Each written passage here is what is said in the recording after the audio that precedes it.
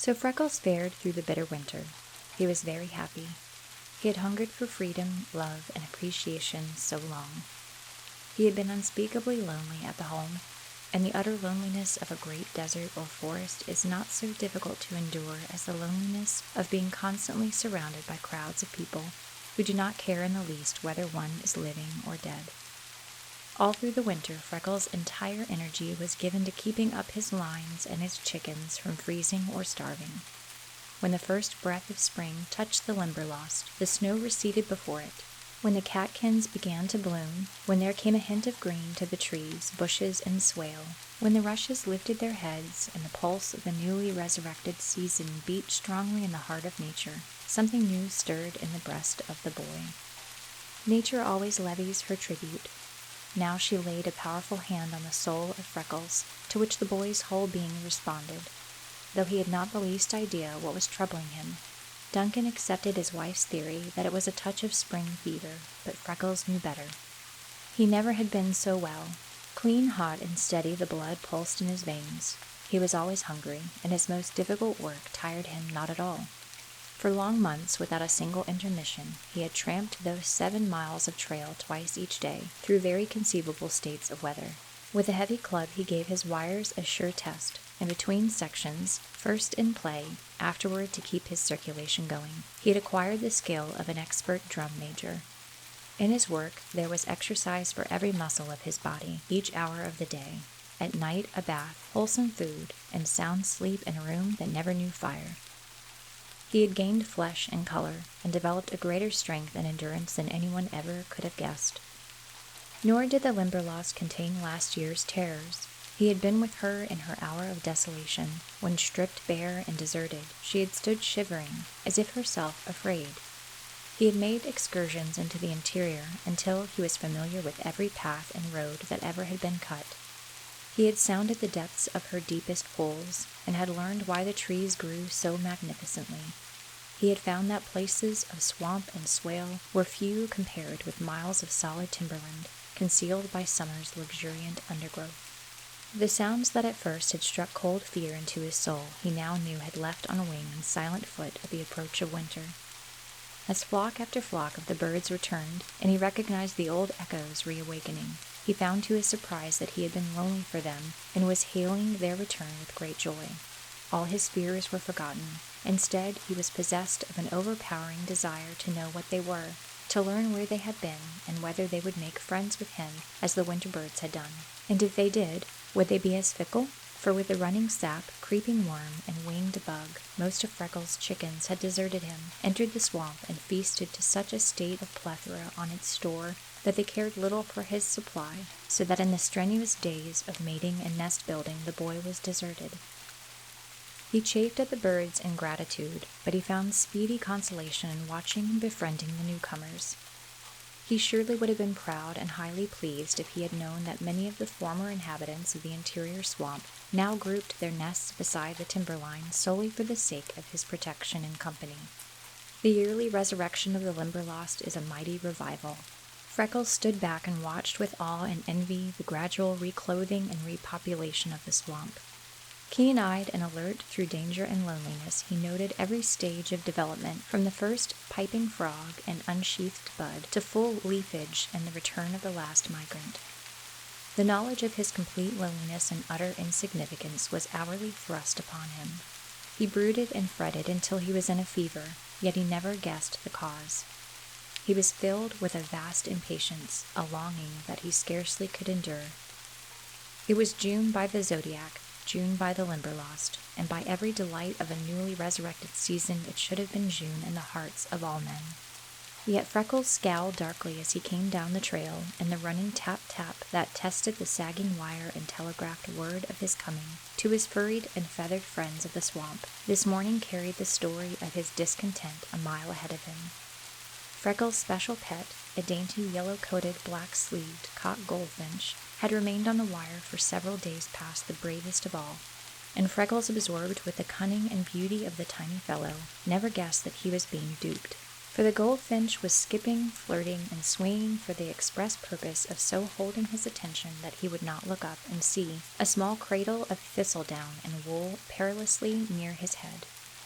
In the beginning of brooding, the spunky little homesteader had clung heroically to the wire when he was almost paralyzed with fright. When day after day passed and brought only softly whistled repetitions of his call, a handful of crumbs on the top of a locust line post, and gently worded coaxing, he grew in confidence. Of late he had sung and swung during the passing of Freckles, who, not dreaming of the nest and the solemn-eyed little hen so close above, thought himself unusually gifted in his power to attract the birds. This morning the goldfinch scarcely could believe his ears and clung to the wire until an unusual vicious rap sent him spinning a foot in the air, and his "pseet" came with a squeal of utter panic. The wires were ringing with a story the birds could not translate, and Freckles was quite as ignorant of the trouble as they. A peculiar movement beneath a small walnut tree caught his attention. He stopped to investigate. There was an unusually large Luna cocoon, and the moth was bursting the upper end in its struggles to reach light and air. Freckles stood and stared. "There's something in there trying to get out," he muttered. "Wonder if I could help it. Guess I best not be trying. If I hadn't happened along, there wouldn't have been anyone to do anything, and maybe I'd only be hurting it. Oh, scaggity! It's just been born." Freckles gasped with surprise. The moth cleared the opening and with many webblings and contortions climbed up the tree. He stared speechless with amazement as the moth crept around a limb and clung to the underside. There was a big pursy body almost as large as his thumb, and of the very snowiest white that Freckles had ever seen. There was a band of delicate lavender across its forehead, and its feet were of the same color. There were antlers like tiny straw-colored ferns on its head, and from its shoulders hung the crumpled wet wings. As Freckles gazed, tense with astonishment, he saw that these were expanding, drooping, taking on color, and small oval markings were beginning to show. The minutes passed. Freckles' steady gaze never wavered. Without realizing it, he was trembling with eagerness and anxiety.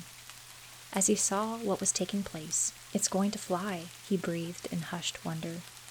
The morning sun fell on the moth and dried its velvet down, while the warm air made it fluffy.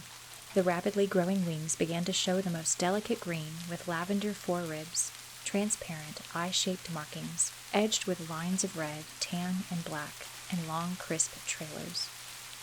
Freckles was whispering to himself for fear of disturbing the moth. It began a systematic exercise of raising and lowering its exquisite wings to dry them and to establish circulation. The boy realized that soon it would be able to spread them and sail away. His long-coming soul sent up its first shivering cry. "I don't know what it is. Oh, I wish I knew. How I wish I knew. It must be something grand. It can't be a butterfly. It's way too big. Oh, I wish there was someone to tell me what it is." He climbed on the locust post and balanced himself with the wire, held a finger in the line of the moth's advance up the twig. It unhesitatingly climbed on, so he stepped to the path, holding it to the light and examining it closely. Then he held it in the shade and turned it, gloating over its markings and beautiful coloring. When he held the moth to the limb, it climbed on, still waving those magnificent wings. "My, but I'd like to be staying with you," he said. "But if I was to stand here all day, you couldn't grow any prettier than you are right now, and I wouldn't grow smart enough to tell you what you are. I suppose there's someone who knows. Of course there is. Mr. McLean said there were people who knew every leaf, bird, and flower in the Limberlost. Oh, Lord, how I wish you'd be telling me just this one thing." The goldfinch had ventured back to the wire, for there was his mate, only a few inches above the man-creature's head, and indeed he simply must not be allowed to look up, so the brave little fellow rocked on the wire and piped, as he had done every day for a week. "See me? See me?" "See you? Of course I see you," growled Freckles. "I see you day after day, and what good is it doing me? I might see you every morning for a year, and then not be able to be telling anyone about it. Seen a black bird with silk wings, little and yellow as any canary? That's as far as I'd get. What you doing here, anyway? Have you a mate? What's your name? See you? I reckon I see you, but I might as well be blind for any good it's doing me." Freckles impatiently struck the wire. With a screech of fear, the goldfinch fled precipitately. His mate arose from the nest with a whir. Freckles looked up and saw it. "Oh no," he cried. "So that's what you are doing here. And so close my head I have been mighty near wearing a bird on my bonnet, and never knew it." Freckles laughed at his own jest. While in better humor, he climbed to examine the neat, tiny cradle and its contents. The hen darted at him in a frenzy. "Now where do you come in?" he demanded, when he saw that she was not similar to the goldfinch. "You be clearing out of here. This is none of your fry. This is the nest of me little yellow friend of the wire, and you shan't be touching it. Don't blame you for wanting to see, though. My, but it's a fine nest, and beauties of eggs. Will you be keeping away, or will I fire this stick at you?" Freckles dropped to the trail. The hen darted to the nest and settled on it with a tender, coddling movement. He of the yellow coat flew to the edge to make sure that everything was right. It would have been plain to the veriest novice that they were partners in that cradle. "Well, I'll be switched," muttered Freckles, "if that ain't both their nests. And he's yellow and she's green, or she's yellow and he's green. Of course, I don't know, and I haven't any way to find out, but it's plain as the nose on your face that they are both ready to be fighting for that nest, so, of course, they belong. Doesn't that beat you? Say, that's what's been sticking me all of this week on that grass nest in the thorn tree down the line. One day a blue bird is setting, so I think it's hers. The next day a brown bird is on, and I chase it off because the nest is blue's. Next day the brown bird is on again, and I let her be, because I think it must be hers. Next day, by golly, blue is on, and off I send her because it's brown's. And now I bet my hat it's both their nests, and I've only been bothering them and making a big fool of myself. Pretty specimen I am, pretended to be a friend of the birds, and so blamed ignorant I don't know which one go in pairs. And blue and brown are a pair, of course, if yellow and green are, and there's the red birds. I never thought of them. He's red and she's gray, and now I want to be knowing, are they all different? Why no, of course they ain't. There's the jays all blue and the crows all black." The tide of Freckles' discontent welled until he almost choked with anger and chagrin.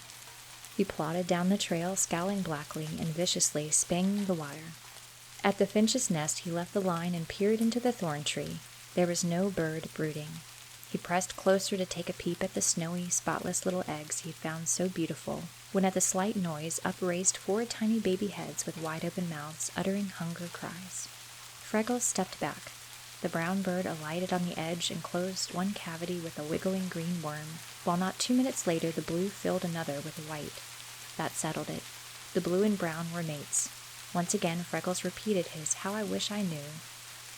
Around the bridge spanning Sleepy Snake Creek the swale spread widely. The timber was scattering, and willows, rushes, marsh grass, and splendid wildflowers grew abundantly.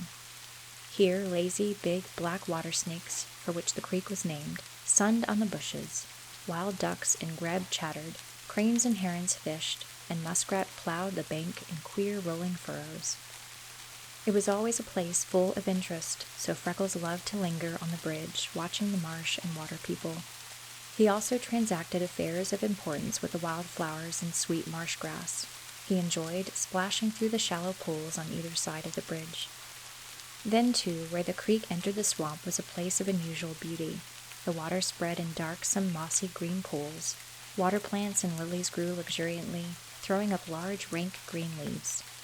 Nowhere else in the Limberlost could be found frog music to equal that of the mouth of the creek. The drumming and piping rolled in never-ending orchestral effect, while the full chorus rang to its accompaniment throughout the season. Freckles slowly followed the path leading from the bridge to the line. It was the one spot at which he might relax his vigilance. The boldest timber thief the swamps had ever known would not have attempted to enter it by the mouth of the creek, on account of the waters and because there was no protection from surrounding trees. He was bending the rank grass with his cudgel and thinking of the shade the denser swamp afforded when he suddenly dodged sidewise, the cudgel whistling sharply through the air, and Freckles sprang back. From the clear sky above him, first level with his face, then skimming, dipping, tilting, whirling until it struck quill down in the path in front of him, came a glossy, iridescent, big black feather. As it touched the ground, Freckles snatched it up with almost a continuous movement facing the sky. There was not a tree of any size in a large open space. There was no wind to carry it. From the clear sky it had fallen, and Freckles, gazing eagerly into the arch of June blue, with a few lazy clouds floating high in the sea of ether, had neither mind nor knowledge to dream of a bird hanging as if frozen there. He turned the big quill questioningly, and again his awed eyes swept the sky. "A feather dropped from heaven," he breathed reverently. "Are the holy angels molten? But no, if they were, it would be white. Maybe all the angels are not for being white. What if the angels of God are white and those of the devil are black? But a black one has no business up there. Maybe some poor black angel is so tired of being punished it's for slipping to the gates, beating its wings trying to make the master hear." Again and again Freckles searched the sky, but there was no answering gleam of golden gates, no form of sailing bird. Then he went slowly on his way, turning the feather and wondering about it. It was a wing quill, 18 inches in length, with a heavy spine, gray at the base, shading to jet black at the tip, and it caught the play of the sun's rays in slanting gleams of green and bronze. Again Freckles, old man of the sea, sat sullen and heavy on his shoulders and weighed him down until his step lagged and his heart ached. Where did it come from? What is it? Oh, how I wish I knew! He kept repeating as he turned and studied the feather with almost unseeing eyes, so intently was he thinking. Before him spread a large green pool filled with rotting logs and leaves, bordered with delicate ferns and grasses among which lifted the creamy spikes of the arrowhead, the blue of water hyacinth, and the delicate yellow of the jewel flower. As Freckles leaned, handling the feather and staring at it, then into the depths of the pool, he once more gave voice to his old query, "I wonder what it is." Straight across from him, couched in the mosses of a soggy old log, a big green bullfrog, with palpitant throat and batting eyes, lifted his head and bellowed in answer, "Findout! Findout!" "Well, what's that?" stammered Freckles, almost too much bewildered to speak. I know you are only a bullfrog, but be jabbers, that sounded mightily like speech. Wouldn't you please be saying it over?" The bullfrog cuddled contentedly in the ooze. Then suddenly he lifted his voice, and as an imperative drumbeat rolled it again, "Findout! Findout! Findout!" Freckles had the answer. Something seemed to snap in his brain. There was a wavering flame before his eyes. Then his mind cleared. His head lifted in a new poise. His shoulders squared, while his spine straightened. The agony was over. His soul floated free. Freckles came into his birthright. "Before God, I will," he uttered the oath so impressively that the recording angel never winced as he posted it in the prayer column. Freckles set his hat over the top of one of the locust posts used between trees to hold up the wires while he fastened the feather securely in the band. Then he started down the line, talking to himself as men who have worked long alone always fall into the habit of doing. "What a fool I've been," he muttered. "Of course that's what I have to do. There wouldn't likely anybody be doing it for me. Of course I can. What am I a man for? If I was a 4-footed thing of the swamp, maybe I couldn't. But a man can do anything if he's the grit to work hard enough and stick at it. Mr. McLean is always saying, and here's the way I am to do it. He said, too, that there were people that knew everything in the swamp. Of course they had written books. The thing for me to be doing is to quit moping and be buying some. Never bought a book in me life, or anything else of much account, for that matter. Oh, ain't I glad I didn't waste me money. I'll surely be having enough to get a few. Let me see." Freckles sat on a log, took his pencil and account book, and figured on a back page. He had walked the timberline 10 months. His pay was $30 a month, and his board cost him $8. That left $22 a month, and his clothing had cost him very little. At the least, he had $200 in the bank. He drew a deep breath and smiled at the sky with satisfaction. "I'll be having a book about all the birds, trees, flowers, butterflies, and yes, by gummy, I'll be having one about the frogs, if it takes every cent I have," he promised himself. He put away the account book, that was his most cherished possession, caught up his stick, and started down the line. The even tap-tap and the cheery, gladsome whistle carried far ahead of him the message that Freckles was himself again. He fell into a rapid pace, for he had lost time that morning. When he rounded the last curve, he was almost running. There was a chance that the boss might be there for his weekly report. Then, wavering, flickering, darting here and there over the sweet marsh grass, came a large black shadow, sweeping so closely before him that for a second time that morning, Freckles dodged and sprang back. He had seen some owls and hawks of the swamp that he thought might be classified as large birds, but never anything like this. For 6 feet it spread its big, shining wings. Its strong beak could be seen drawn among its feathers. The sun glinted on its sharp, hooked beak. Its eyes glowed, caught the light, and seemed able to pierce the ground at his feet. It cared no more for Freckles than if he had not been there, for it perched on a low tree, while a second later it awkwardly hopped to the trunk of a lightning-riven elm, turned its back, and began searching the blue. Freckles looked just in time to see a second shadow sweep the grass, and another bird, a trifle smaller and not quite so brilliant in the light, slowly sailed down to perch beside the first. Evidently they were mates, for with a queer, rolling hop the first comer shivered his bronze wings, sidled to the new arrival, and gave her a silly little peck on her wing. Then he coquettishly drew away and ogled her. He lifted his head, waddled from her a few steps, awkwardly ambled back, and gave her such a simple sort of kiss on her beak that Freckles burst into a laugh, but clapped his hands over his mouth to stifle the sound. The lover ducked and sidestepped a few feet. He spread his wings and slowly and softly waved them precisely as if he were fanning his charmer, which was indeed the result he accomplished. Then a wave of uncontrollable tenderness moved him so, he hobbled to his bombardment once more. He faced her squarely this time, and turned his head from side to side with queer little jerks and indiscriminate peckings at her wings and head, and smirkings that really should have been irresistible. She yawned and shuffled away indifferently. Freckles reached up, pulled the quill from his hat, and looking from it to the birds, nodded in settled conviction. "So you're me black angels, ye spalpeens. No wonder you didn't get in, but I'll back you to come closer it than any other bird ever did. You fly higher than I can see. Have you picked the Limberlost for a good thing and come to try it? Well, you can be me chickens if you want to, but I'm blessed if you ain't cool for new ones. Why don't you take this stick for a gun and go skinning a mile?" Freckles broke into an unrestrained laugh, for the bird lover was keen about his courting, while evidently his mate was diffident. When he approached too boisterously, she relieved him of a goodly tuft of feathers and sent him backward in a series of squirmy little jumps that gave the boy an idea of what had happened up sky to send the falling feathers across his pathway. "Score one for the lady. I'll be umpiring this," volunteered Freckles. With a ravishing swagger, half-lifted wings, and deep guttural hissing, the lover approached again. He suddenly lifted his body, but she coolly rocked forward on the limb, gliding gracefully beneath him, and slowly sailed into the Limberlost. He recovered himself and gazed after her in astonishment. Freckles hurried down the trail, shaking with laughter. When he neared the path to the clearing and saw the boss sitting motionless on the mare that was the pride of his heart, the boy broke into a run. "Oh, Mr. McLean," he cried, "I hope I haven't kept you waiting very long, and the sun is getting hot. I have been so slow this morning. I could have gone faster, only there were that many things to keep me, and I didn't know you would be here. I'll hurry after this.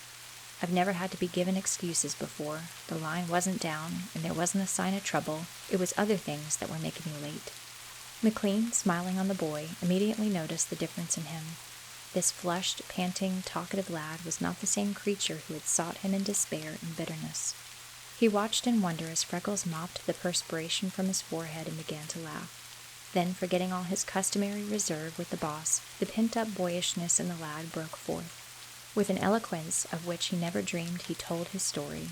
He talked with such enthusiasm that McLean never took his eyes from his face, or shifted in the saddle until he described the strange bird lover, and then the boss suddenly bent over the pommel and laughed with the boy. Freckles decorated his story with keen appreciation and rare touches of Irish wit and drollery that made it most interesting as well as very funny. It was a first attempt at descriptive narration.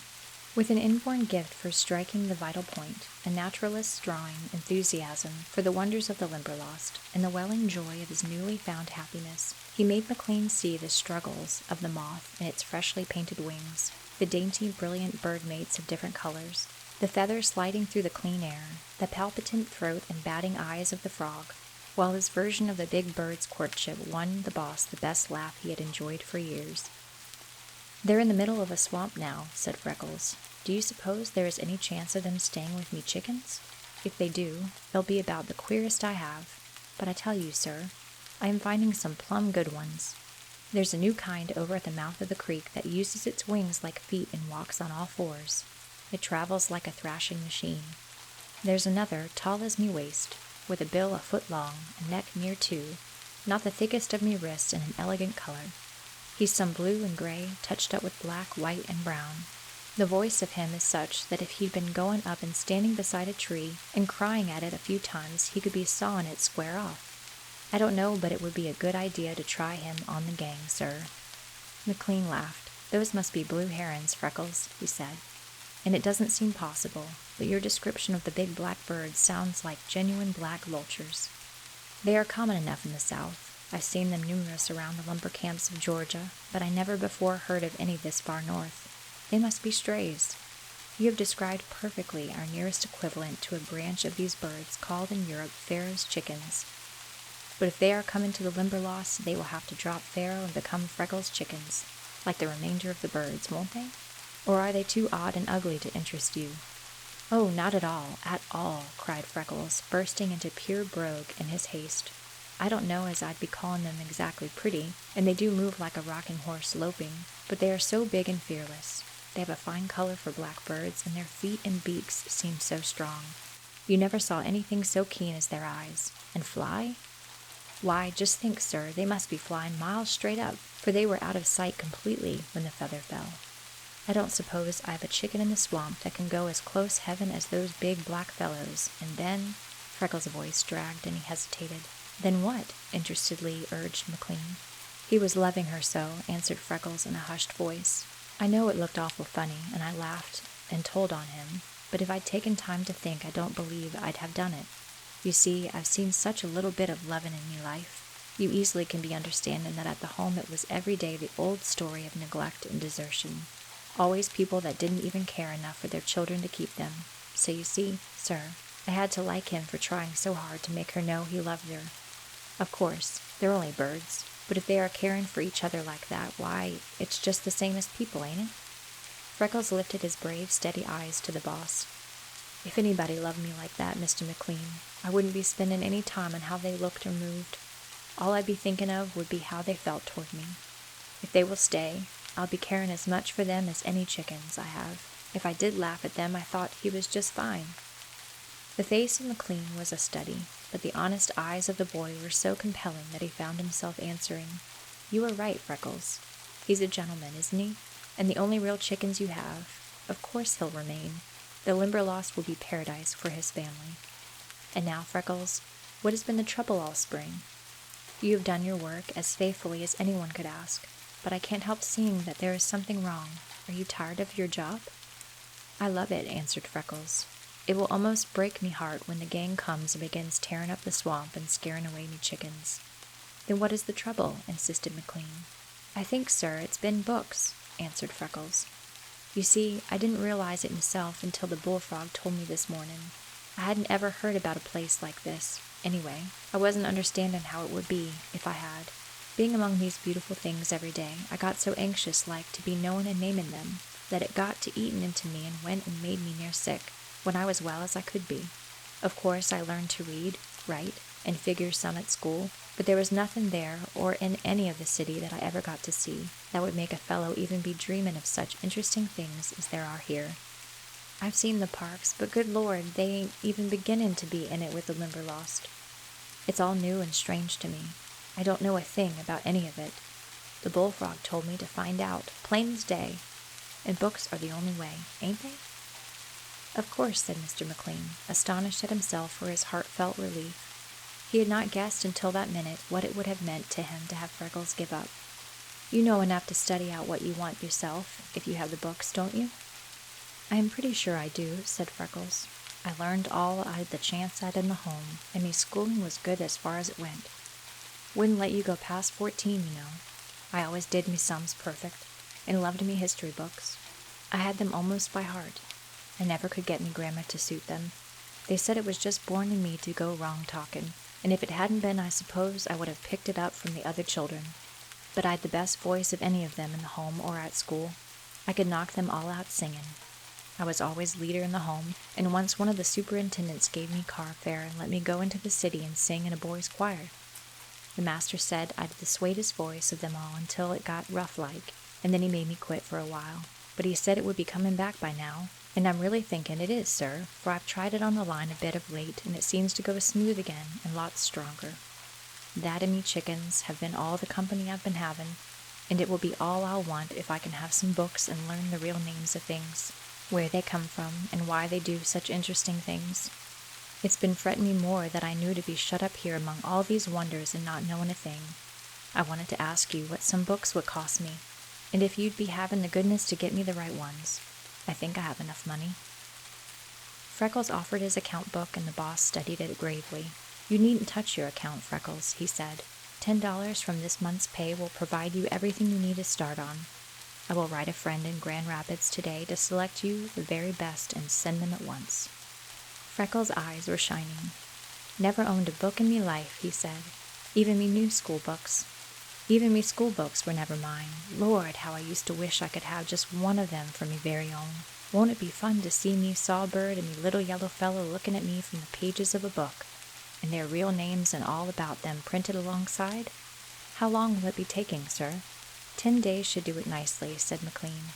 Then, seeing Freckles' lengthening face, he added, I'll have Duncan bring you a 10-bushel store box the next time he goes to town. He can haul it to the west entrance and set it up wherever you want it. You can put it in your spare time, filling it with the specimens you find until the books come, and then you can study out what you have. I suspect you could collect specimens that I could send to naturalists in the city and sell for you. Things like that winged creature this morning. I don't know much in that line, but it must have been a moth, and it might have been rare. I've seen them by the thousands in museums, and in all nature I don't remember rarer coloring than their wings. I'll order you a butterfly net and box and show you how scientists pin specimens. Possibly you can make a fine collection of these swamp beauties. It will be all right for you to take a pair of different moths and butterflies, but I don't want to hear of you killing any birds. They are protected by heavy fines. McLean rode away, leaving Freckles staring aghast. Then he saw the point and smiled. Standing on the trail, he whirled the feather and thought over the morning. Well, if life ain't getting to be worth living, he said wonderingly. Biggest streak of luck I ever had. About time something was coming my way, but I wouldn't ever thought anybody could strike such magnificent prospects through only a falling feather.